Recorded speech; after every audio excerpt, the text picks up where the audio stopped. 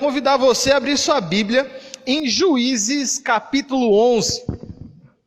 Juízes capítulo 11. Nós vamos acabar passando por todo o capítulo, mas são 40 versículos. Então, nós vamos lendo de pouco em pouco. Tá certo? Então, para começar, nós vamos ler do versículo 1 ao versículo 3. Era então Jefté, o gileadita, homem valente, porém filho de uma prostituta. Gileade gerara a Jefté. Também a mulher de Gileade lhe deu os filhos, os quais, quando já grandes, expulsaram Jefté e lhe disseram: não herdarás a casa de nosso pai, porque és filho de outra mulher. Então Jefté fugiu da presença dos seus irmãos e habitou na terra de Tobi. E os homens levianos se juntaram com ele, e com ele saíam. Feche seus olhos nesse momento. Deus, nós estamos diante da tua palavra. Deus, essa palavra que é viva e eficaz. Deus, que nesse dia, Pai, nós possamos entender aquilo que o Senhor tem a falar ao nosso coração através da vida de Jefté. Deus, que nós possamos ser transformados, que nós possamos ser lidos pela tua palavra, que nós não somente venhamos a ler e estudar e tirar aplicações, mas que nós possamos colocar a nossa vida em conformidade com a tua palavra. Deus, essa é a minha oração, Pai, em nome de Jesus. Amém.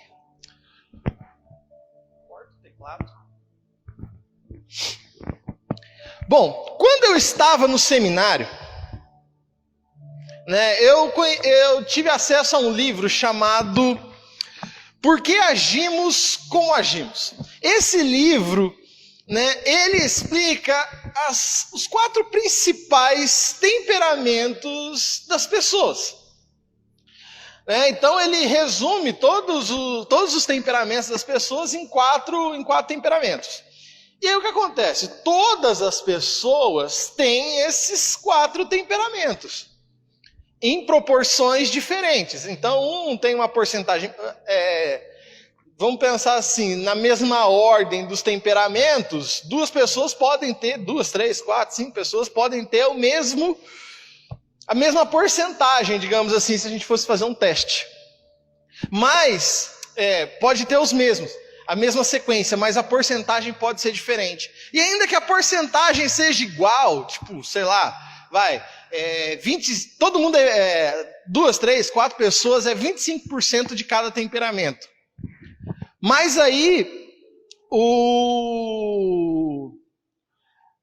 você tem as qualidades e os defeitos. Então, um pode ter uma qualidade, outro pode ter outro defeito, e assim por diante. Hoje em dia não se usa mais tanto essa questão dos temperamentos. Hoje, em alguns lugares, testes de empresa, de cursos que você pode fazer, o pessoal fala muito sobre o tal do DISC, que fala sobre personalidade e no final das contas é a mesma coisa. Então, no livro lá ele fala sobre os temperamentos, que é o colérico, sanguíneo, fleumático e melancólico. Os jovens que participaram da célula, quando a gente estava fazendo, a gente chegou a ver isso lá. Até passei o teste e tal. E colérico, sanguíneo são os temperamentos extrovertidos, fleumático e melancólico são os temperamentos introvertidos. Trazendo para o DISC, que é o que muita gente aplica por aí, dominância, influência, estabilidade e cautela, nessa mesma sequência. Então, dominância se refere ao colérico, influência se refere ao sanguíneo, estabilidade se refere ao fleumático, e cautela se refere ao melancólico. Mas para entender cada um, o colérico, por exemplo, ele é extrovertido. Ele é o tipo da pessoa, você vai começar a identificar algumas pessoas agora aí. É o tipo do mandão. Ele é dominante. Esse tipo de pessoa gosta de realizar. Depois ele vai pensar ele primeiro fala, ele quer a tarefa cumprida, depois ele vai pensar no sentimento, se é que ele pensa. Um exemplo disso, biblicamente, é Paulo e Barnabé. Paulo e Barnabé saem para fazer a primeira viagem, João Marcos desiste e volta. Na segunda viagem missionária, Barnabé quer levar João Marcos e Paulo não deixa. E aí eles acabam brigando e acabam se separando. Então o que acontece nesse caso?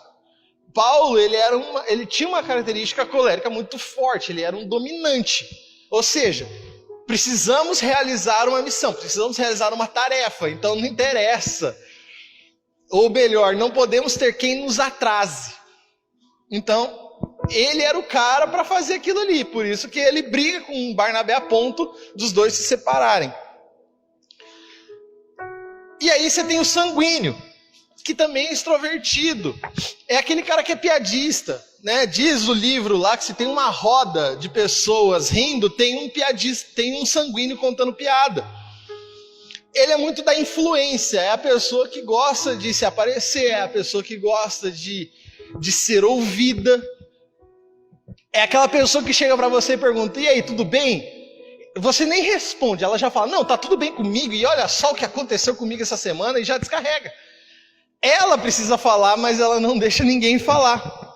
Um exemplo disso que nós podemos ter na Bíblia é Pedro. Pedro era um cara desse, ele falava demais. Tanto é que se você ler com calma os evangelhos, você vai ver que ele é o discípulo que mais fala, disparadamente. Tem os outros discípulos, é até meio difícil você lembrar o nome deles, porque eles quase não falam. Fleumático. É o cara introvertido, é o calmo, pacato, é aquela pessoa que você olha assim e você fala assim, nossa, é a paz em pessoa. Porque ele procura estabilidade, é a pessoa boa praça, é aquela pessoa que faz tudo pelos outros. Essa pessoa ela tem dificuldade de dizer não para alguém. Biblicamente, a gente pode ver alguém que tem um perfil muito desse, que é Abraão. Abraão, Deus manda ele ir e ele vai.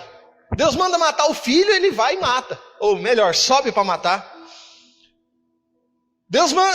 A mulher dele, Sara, manda ele se deitar com a prostituta, não, com a Agar, e ele vai e deita. E manda ver. E assim, Abraão, ele é o tal do pau mandado. A maioria dos homens hoje, né, dos maridos hoje, são pau mandado também pela mulher, mesmo não sendo fleumático. Mas enfim, quando casa esse nível aumenta, assim, os homens. Enfim. E o melancólico, ele também é outro introvertido, só que ele é perfeccionista. Ele é muito na cautela. Ele é o seguro. Ele tem que estar muito seguro para tomar uma decisão. Ele pensa demais. Se um melancólico estiver planejando alguma coisa, é perigoso aquilo nunca sair do papel, porque nunca vai estar perfeito o suficiente para ele. Biblicamente, nós podemos ter esse exemplo como o de Moisés. Moisés sempre colocava um obstáculo. Não, porque eu sou pesado de língua, porque isso, porque aquilo. E toda aquela dificuldade, mas ele era a pessoa certa para liderar o povo, porque precisava que isso fosse muito bem feito. Então, cada temperamento, cada personalidade tem o seu modo de agir. E reagir diante de uma situação. Fato é que até o mais perfeccionista e até o mais cauteloso, em momentos altamente emocionais, sejam eles por qualquer realidade, podem fazer ou podem chegar a tomar decisões sem pensar. Ou decisões que muitas vezes fazem com que você venha a se arrepender. E isso acontece em diversos momentos de nossas vidas. Você já fez alguma promessa que não cumpriu? Eu faço isso toda semana. Quantas vezes dissemos no calor da emoção que iríamos fazer alguma coisa, mas isso nunca saiu das palavras? Quantas vezes nós falamos assim, amanhã começa o meu regime, esse ano eu vou emagrecer, esse ano eu vou fazer aquilo, esse ano eu vou ler um livro por mês. E nada disso saiu das palavras. No máximo uma anotação e tal. que você deixa em algum lugar para você ver, e não passa um mês, você limpa a casa e já era, você some com aquilo ali. Pois é, nessa história, nesse capítulo, e aí eu quero que você passe para frente, no versículo 29. Versículo 29. Então o Espírito do Senhor veio sobre Jefté, e atravessando este por Gileade e Manassés, passou até Mispa de Gileade, e de Mispa de Gileade passou contra os filhos de Amon. Versículo 30. Fez Jefté um voto ao Senhor e disse: se com efeito me entregares os filhos de Amon nas minhas mãos, quem primeiro da porta da minha casa sair ao meu encontro, eu vitorioso dos filhos de Amon, esse será do Senhor, e eu oferecerei em holocausto. Versículo 33. Este os derrotou desde Aroê até as proximidades de Minite, e até Abel-Queramim, e foi muito grande a derrota. Assim foram subjugados os filhos de Amon diante dos filhos de Israel. Vindo, pois, Jefté a Mispa, à sua casa, saiu-lhe a filha ao seu encontro com adufes e com danças, e ela era a filha única, não tinha outro filho nem filha. Quando a viu, rasgou as suas vestes e disse: ah, filha minha, tu me prostras por completo, tu passastes a ser a causa da minha calamidade, porquanto fiz voto ao Senhor e não tornarei atrás. Versículo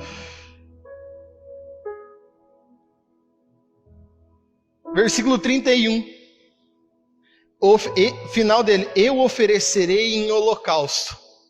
Na volta da batalha, quem é que sai? A filha. Se eu e você estamos do lado de Jefté e ele indo para a batalha, ele fala assim: quando eu voltar, aquele que sair ao meu encontro, a primeira pessoa que vier, essa eu vou oferecer em holocausto. Se é eu e você, e nós conhecemos a família de Jefté, no mínimo você fala: cadê seu juízo, Jefté? Você tá maluco? Você tá doido? Com certeza. Com certeza. Mas o que nós vamos entender desse texto hoje é que as coisas não são bem assim. Então, Jefté se torna um juiz em Israel. Por isso que o título dessa mensagem é: cadê o juízo? Como que um juiz pode ser tão descabeçado dessa forma?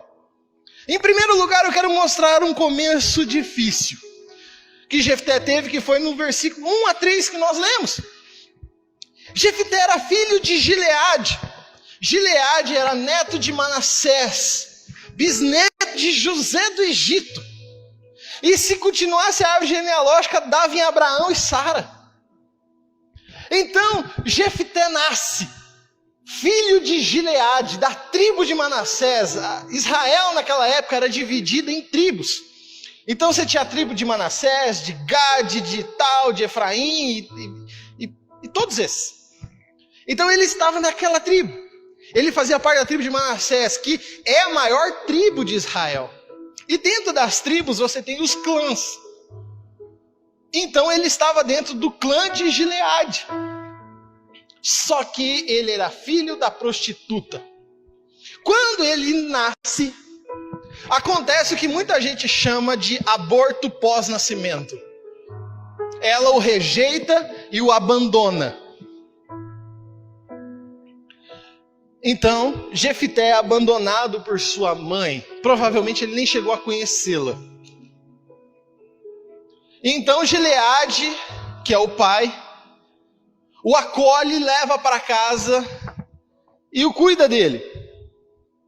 Só que quando eles já eram adultos, ele e os seus meio-irmãos se viram contra ele e o expulsam de casa, pois eles estavam com medo de que ele roubasse a herança, ou por causa de ser mais um, teria que dividir ainda mais a herança entre eles, então eles não queriam isso e expulsaram Jefté. Então veja, o cara, ele é rejeitado logo ao nascimento e rejeitado depois de adulto. Embora isso tenha acontecido na fase adulta, né, que eles expulsaram Jefté, eu fico imaginando que toda a sua vida até então foi sempre, é o filho da outra. Você é só metade da família. Não, porque olha só, você é bastardo. É bastardo, né? Você está fora. Você não é sangue puro. E com certeza essas coisas deveriam acontecer até que chegou um momento que eles aproveitaram e expulsaram Jefté. E seu pai, dessa vez, o texto não conta, e também não é interessante para a história, mas Gileade parece que não faz nada. Então ele sai e vai para Tobi. E lá ele se junta com homens levianos. É a segunda vez que esse termo aparece em Juízes. Mas esse termo também significa desocupados. Ou seja, é a galera que não gosta muito de trabalhar. Só que eles tinham um negócio que eles gostavam muito de guerras. E batalhas e lutas. Jefté então se torna um homem de luta, um homem de guerras. Ele era um homem valente. Então, por natureza, todo ser humano tem a necessidade de ser aceito, de ser amado. Então o homem, o ser humano, melhor dizendo, ele procura a realidade de ser aceito, de ser amado, ele procura sempre um ambiente familiar. Mesmo quando ele não encontra dentro da sua própria casa, ele busca fora. No amor de outras pessoas. É natural que o ser humano busque, quando não encontra dentro do próprio lar, situações que transmitam ideia de lar, de família. É natural que o ser humano, quando não encontra em casa, vá buscar o amor de acolhimento, que seria dos pais, seria dos filhos, seria do seu ambiente familiar em outras pessoas. E isso parece muito um filme de Hollywood, né? Desses que a gente acaba assistindo. Ou quem sabe os filmes são baseados na história de Jefté. Porque o nosso personagem principal de hoje aqui, ele é rejeitado, muito que acontece dos filmes, então ele sai e se encontra com as más companhias, né, com aquela gangue que o aceita e todos aqueles negócios. E essas histórias que a gente vê todos os dias aí em filmes. Sai um filme novo, nossa, filme novo, e você vai ver no final das contas é a mesma história. Então ele tem a necessidade, ele acaba encontrando um ambiente familiar, pois o seu ambiente familiar estava desestruturado. Então ele busca o amor e a aceitação em outros lugares. Quando não encontramos o acolhimento de nossa família, por mais difícil e distante que possa parecer, nós devemos e encontraremos o acolhimento em Deus. Há poucos dias, né, contei no grupo da igreja que a gente tinha ficado sabendo que estávamos grávidos. Estava vindo Atos. Nossa, eu lembro daquela manhã. Liguei para todo mundo. Até parei de trabalhar na hora. E comecei a mandar mensagem. Olha, eu acho que eu mandei umas 100 mensagens naquela manhã e tal. E tomei coragem e liguei pro meu pai. Fazia aí uns 4, 5 anos que eu não falava com ele. Liguei para ele. Pai. Ele, desse jeito. Tem uma notícia para te dar e tal. Ele, o que é? Eu falei, você vai ser vô mais uma vez. Minha irmã já tem 2 filhos, né? A gente é meio irmão. Você vai ser vô mais uma vez e tal. Ele, poxa, que bom. Ainda bem que tá crescendo a família, porque se estivesse diminuindo seria triste. O que acontece? alimento. Eu desliguei o telefone com ele, eu falei, poxa, esse é meu avô. E liguei para amigo meu, liguei para não sei o que lá, pessoas que não me conhecem, pessoas que, ou melhor, pessoas que não são da minha família, me disseram palavras mais bonitas e melhores do que o meu pai, embora eu entenda o porquê que meu pai fez aquilo, entendo o tipo dele, não fiquei triste, mas, sabe, quando o amor vem de fora, quando você não encontra o amor no seu ambiente familiar, é natural você buscar fora. Todo mundo sabe, dias depois tivemos a notícia de que a gravidez não progrediu e tal. Eu nem liguei para ele ainda. Depois eu ligo para ele de novo e falo, você vai ser avô de novo. Mas outro? Não, pai. Depois eu conto para ele. Mas é natural esse tipo de coisa acontecer. E Jefté passava por algo muito parecido. E então no versículo 4, do versículo 4 a 11, ele já é um guerreiro, ele já batalha. Se aparece diante dele então a hora da verdade. Passando algum tempo, pelejaram os filhos de Amon contra Israel. Quando pelejavam, foram os anciãos de Gileade buscar Jefté na terra de Tobi. E disseram a Jefté, vem e ser nosso chefe para que combatamos contra os filhos de Amon quando estás em aperto. Responderam os anciãos de Gileade a Jefté, por isso mesmo, tornamo-nos a ti. Vem, pois, conosco e combate contra os filhos de Amon e ser nosso chefe sobre todos os moradores de Gileade. Então Jefté perguntou aos anciãos de Gileade, se me tornardes a levar para combater contra os filhos de Amon, e o Senhor nos der a mim, eu vos serei por cabeça? Responderam os anciãos de Gileade a Jefté, o Senhor será testemunha entre nós, e nos castigará, se não fizermos segundo a tua palavra. Então Jefté foi com os anciãos de Gileade, e o povo o pôs por cabeça e chefe sobre si. Jefté proferiu suas palavras perante o Senhor em Mispa. Veja, passou um tempo, os anciãos de Gileade, do clã de Gileade, foram falar com Jefté.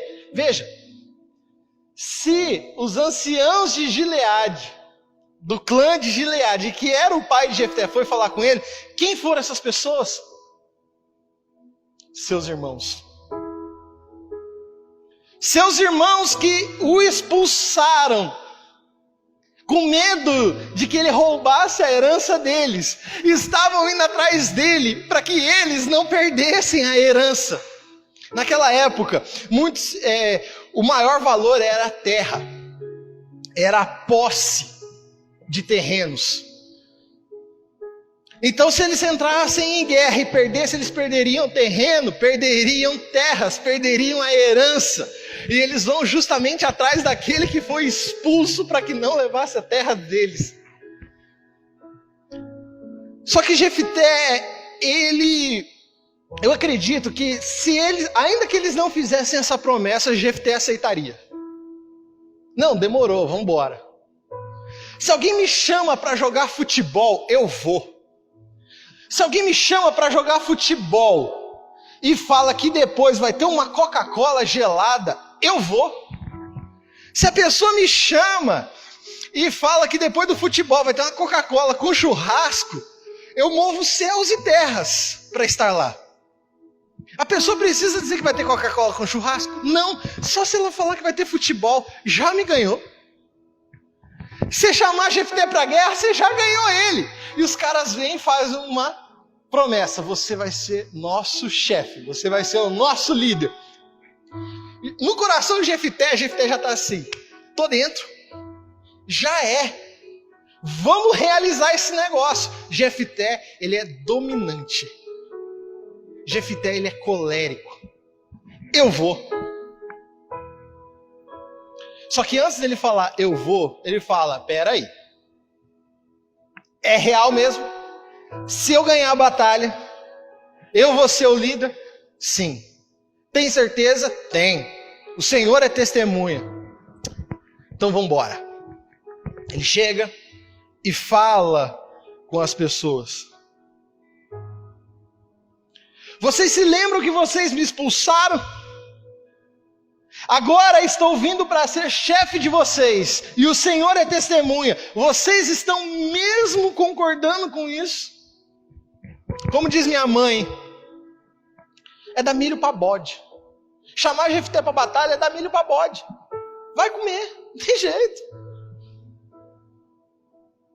Então Jefté fez o discurso e uma oração diante do povo, colocando Deus como testemunha que se vencesse a guerra, ele seria o chefe do povo. Então, na história, né, de um filme de Hollywood, aqui nós ganhamos mais um capítulo, mais uma parte, depois que volta do intervalo. Agora, Jefté, ele se torna aquele que era o desprezado, aquele que foi o chutado, ele se torna o postulante a chefe. E aí, pensando e preparando a mensagem, eu lembrei de um filme que eu gosto muito, que é o filme do Hancock, do Will Smith. O que acontece? O Hancock, ele solucionava os problemas da cidade. Ele era um super-herói, ele era muito forte, só que ele não usava armadura, não usava roupa. Ele é bem um estilo anti-herói, mas sendo um super-herói. Só que ele era muito, assim, ele era muito autônomo por si só. Por exemplo, se tivesse acontecendo um assalto dentro de um restaurante, ele estourava a parede e pegava o bandido, mas o restaurante estava destruído. Então as pessoas começam a falar que a culpa da cidade é do Hancock. Mas aí um publicitário vem e fala com ele e fala assim, não, nós precisamos mudar a sua postura. E o cara fala com ele e conversa, né? É um marqueteiro. E ele, por livre e espontânea vontade, vai preso.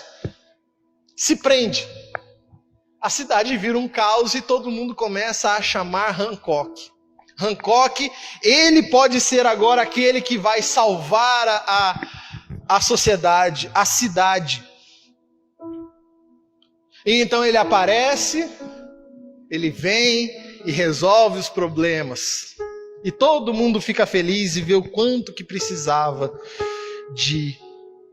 do Hancock. Ele é um puro caso do anti-herói. E é muito que parece com a história de Jefté. Ele é rejeitado, ele é o bastardo. Agora nós precisamos dele, porque nós entramos em batalha. Na teologia aprendi que o conceito que o Antigo Testamento se completa com o Novo Testamento. E tudo do Antigo Testamento aponta para Cristo, que é a maior revelação de Deus. Ao olhar para Jefté, nós podemos ver que ele aponta para Cristo. No Antigo Testamento nós vemos várias tipologias. E Jefté é um tipo de Cristo. Ele é imperfeito, claro, como todas as pessoas, mas ele aponta para Cristo. Atos 4, 11 e 12 diz: este Jesus é a pedra que foi rejeitada por vós, os construtores, a qual foi posta como pedra angular. E, portanto, não há salvação em nenhum outro ente, pois em todo o universo não há nenhum outro nome dados aos seres humanos pelo qual devamos ser salvos. Jefté de rejeitado passou a ser a solução, a resposta, o único que poderia salvar a nação. Jesus, quando veio, ele foi rejeitado, ele veio para os seus e os seus não aceitaram, é o que diz em João. Mas ele é o único Salvador, ele é aquele pela qual importa que sejamos salvos. Ou seja, Jefté aponta para Cristo, que é o perfeito.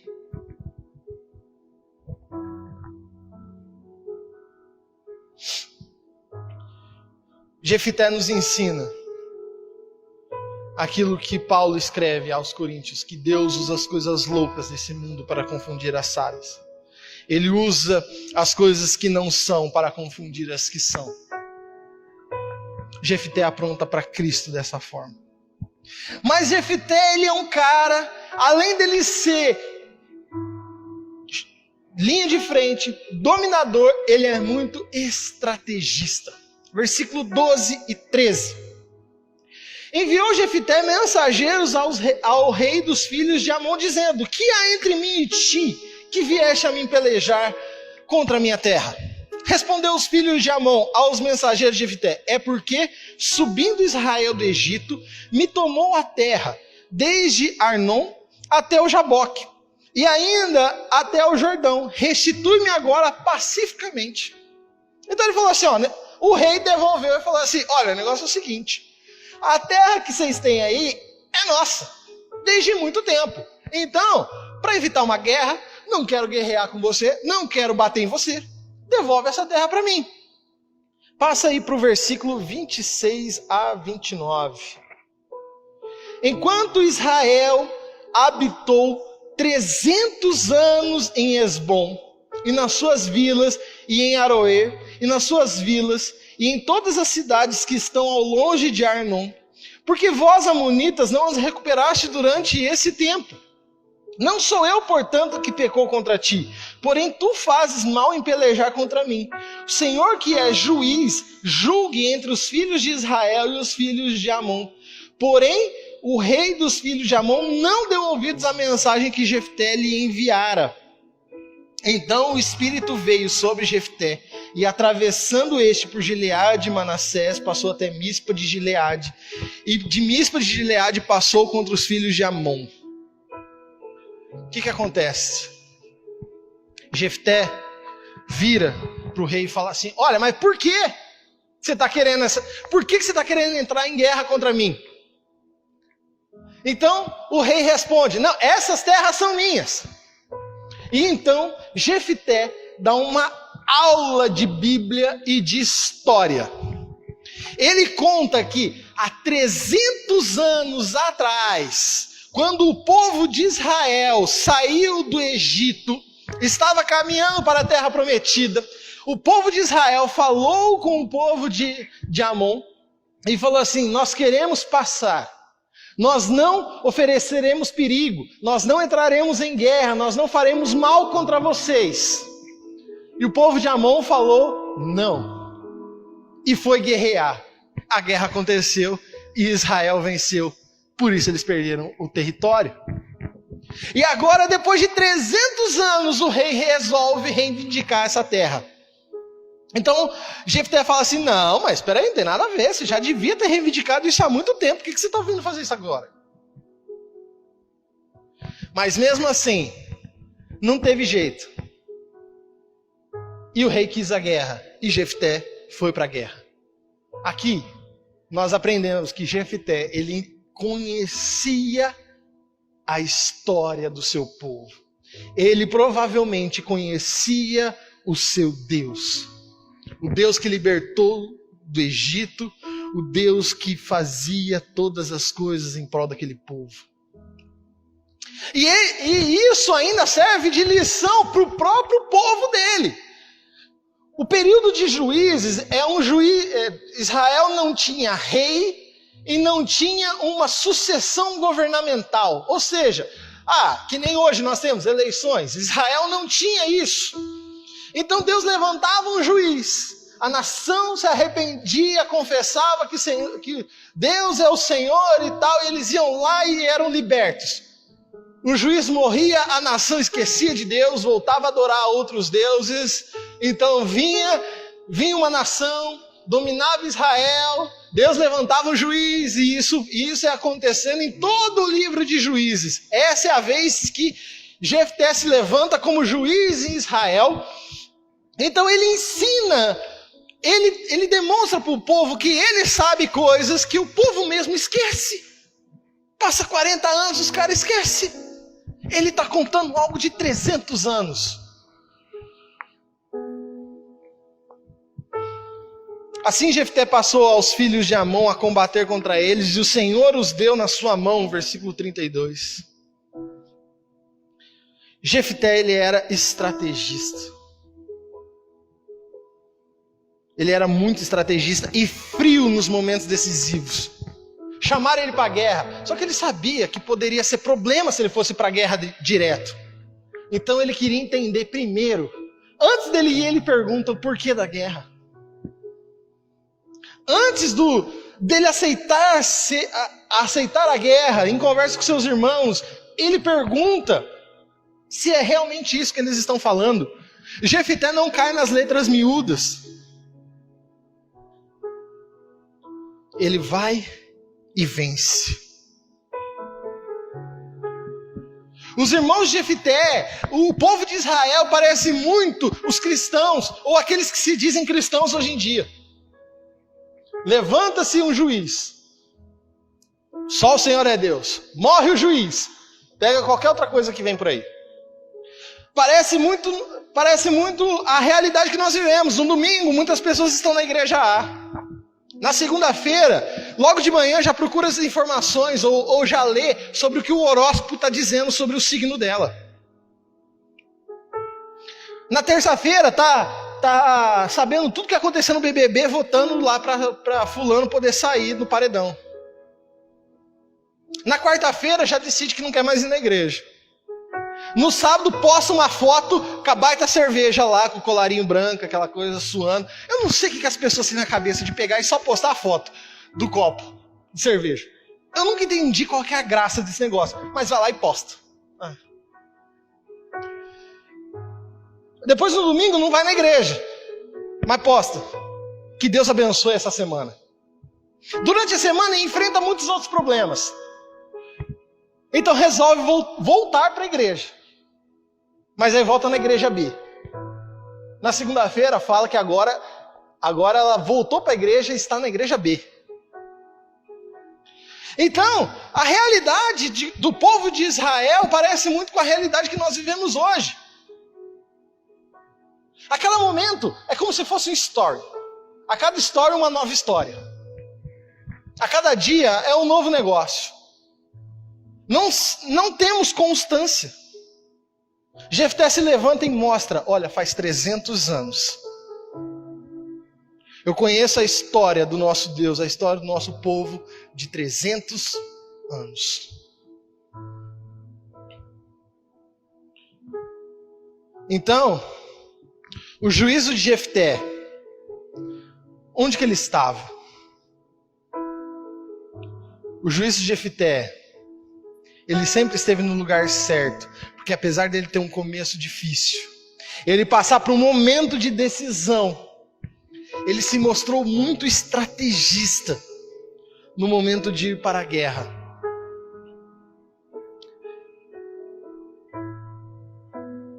E com tamanha sensatez, Jefté cumpriu com a sua promessa. Versículo 31. Quem primeiro da porta da minha casa me sair ao encontro, voltando eu vitorioso dos filhos de Amon, será do Senhor e eu oferecerei em holocausto. Jefté, cadê seu juízo, mano? Você tá maluco, tio? Faz isso não. Imagina, você falou isso, aí Jefté fala, não, já falei, agora eu vou cumprir. Acabou a batalha, você está chegando com Jefté junto na casa dele. Quem sai é a filha de Jefté.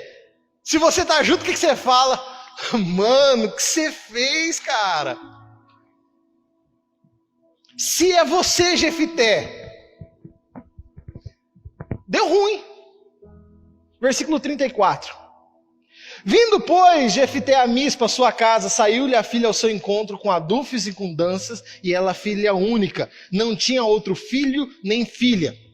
Quando a viu, rasgou suas vestes e disse, filha minha, tu me prostras por completo, tu passaste a ser a causa da minha calamidade, porquanto fiz votos ao Senhor e não tornarei atrás.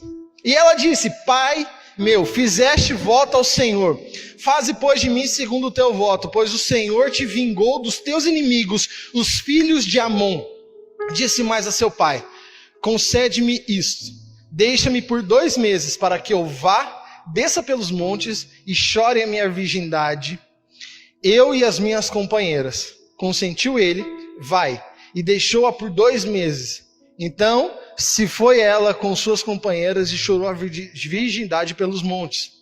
Ao fim de 2 meses tornou ela para o seu pai, a qual fez o voto por ele proferido. Assim ela jamais foi possuída por varão. Daqui veio o costume em Israel, de as filhas de Israel saírem por 4 dias, de ano em ano, a cantarem em memória da filha de Jefté, o gileadita. O que acontece? Os generais, quando saíam às batalhas, eles faziam promessas de concessão aos seus deuses. De que se a batalha fosse bem sucedida, eles dariam algo em retribuição. Então quando ele volta para casa, ele encontra com a sua filha. Nós hoje podemos entender, e é óbvio porque está escrito aqui, holocausto. Contudo, a palavra no original também pode dar a ideia de consagração completa. Ou seja, também pode ser virgindade eterna. Jefté não era um homem precipitado. Maioria das pregações que eu vi na internet, todo mundo desce a madeira em Jefté. Jefté não era precipitado, e nós podemos ver isso em toda essa história. Jefté era cuidadoso e estrategista. Jefté tinha conhecimento das escrituras, então ele sabia que em Levítico e Deuteronômio impedia sacrifício humano. Todo judeu sabia disso. Todo judeu sabia que o holocausto deveria ser de animais. Todo judeu sabia isso. Jefté faz essa promessa, mas no versículo 31, mas no versículo 30, fez Jefté versículo 29, o Espírito do Senhor veio sobre Jefté. Jefté estava com o Espírito do Senhor.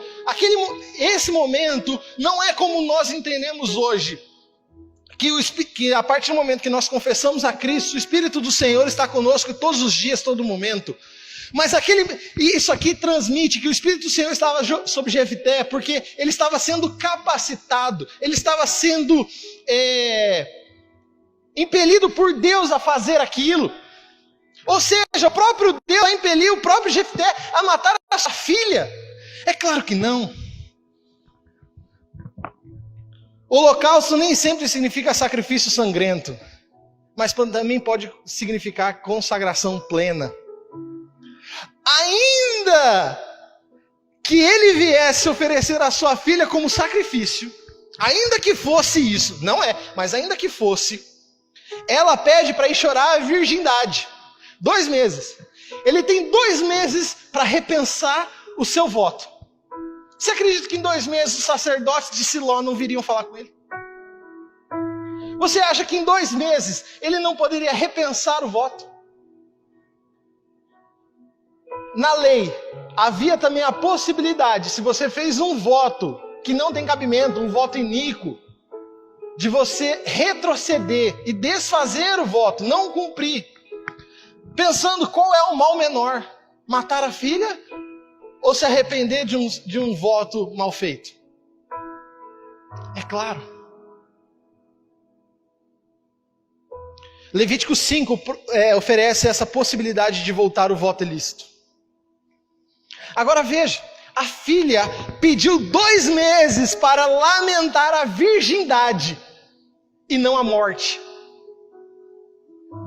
Em face da morte, quem que lamentaria a virgindade? Ninguém. Jefté nunca é advertido na Bíblia, mas ele é sempre elogiado e ele aparece na galeria dos heróis da fé em Hebreus 11. E o último versículo diz que a filha de Jefté virou um modelo para as demais. Agora, a lamentação de Jefté era porque ele tinha apenas uma única filha. E essa em consagração eterna não lhe daria descendência. Ele libertou o povo. Ele fez um grande feito. mas a sua história encerrava ali. Ele não teria, a Bíblia não diz o porquê, mas o choro é porque ele não teria continuidade.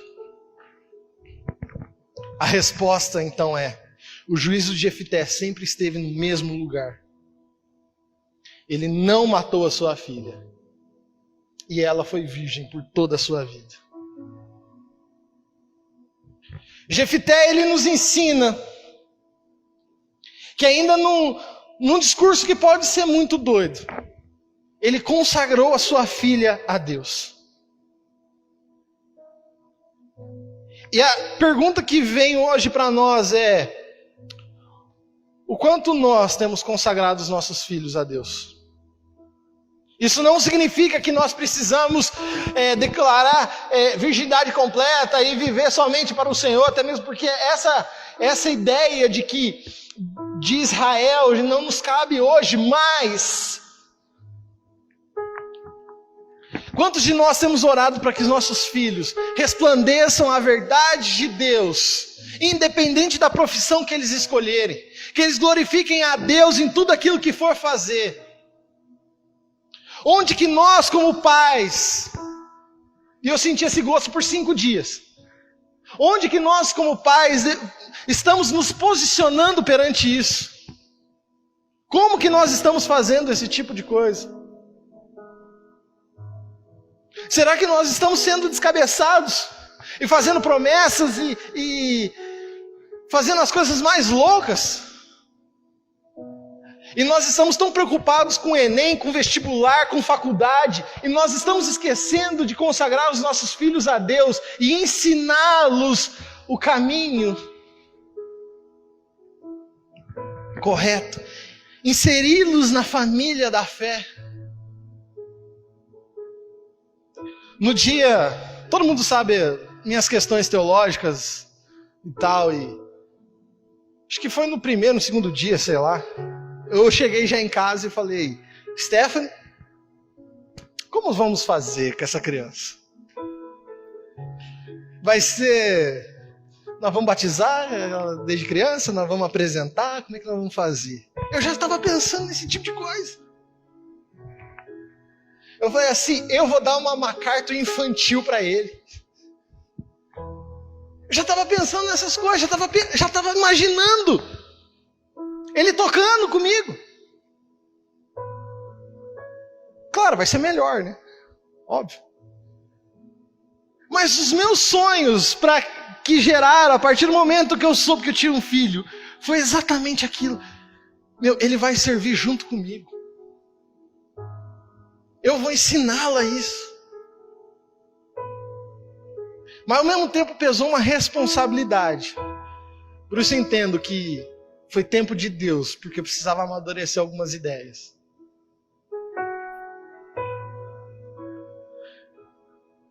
E para quem já tem filhos, o que você está fazendo pelos seus filhos? Ou com os seus filhos? Vamos orar nessa manhã?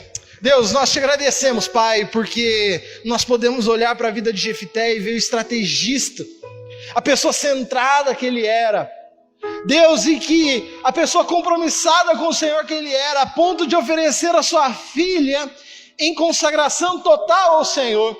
Deus, nessa manhã, Pai, que nós possamos entender a importância de nos consagrarmos ao Senhor inteiramente e consagrarmos os nossos filhos ao Senhor. Deus amado, no nome de Jesus, nos ensina a ensinar os nossos filhos e que eles possam aprender com o nosso exemplo. Pai, que não seja simplesmente pelas nossas palavras, mas que seja pelo nosso agir. Deus, que possamos olhar para a vida de Jefté e entender a superar as dificuldades e continuar fiel ao Senhor. Pai, essa é a minha oração, em nome de Jesus. Amém. Amém. Deus abençoe, uma ótima semana. Se Deus é por nós, quem será contra nós? Em todos os momentos de nossas vidas, Jesus Cristo é a resposta. Deus abençoe.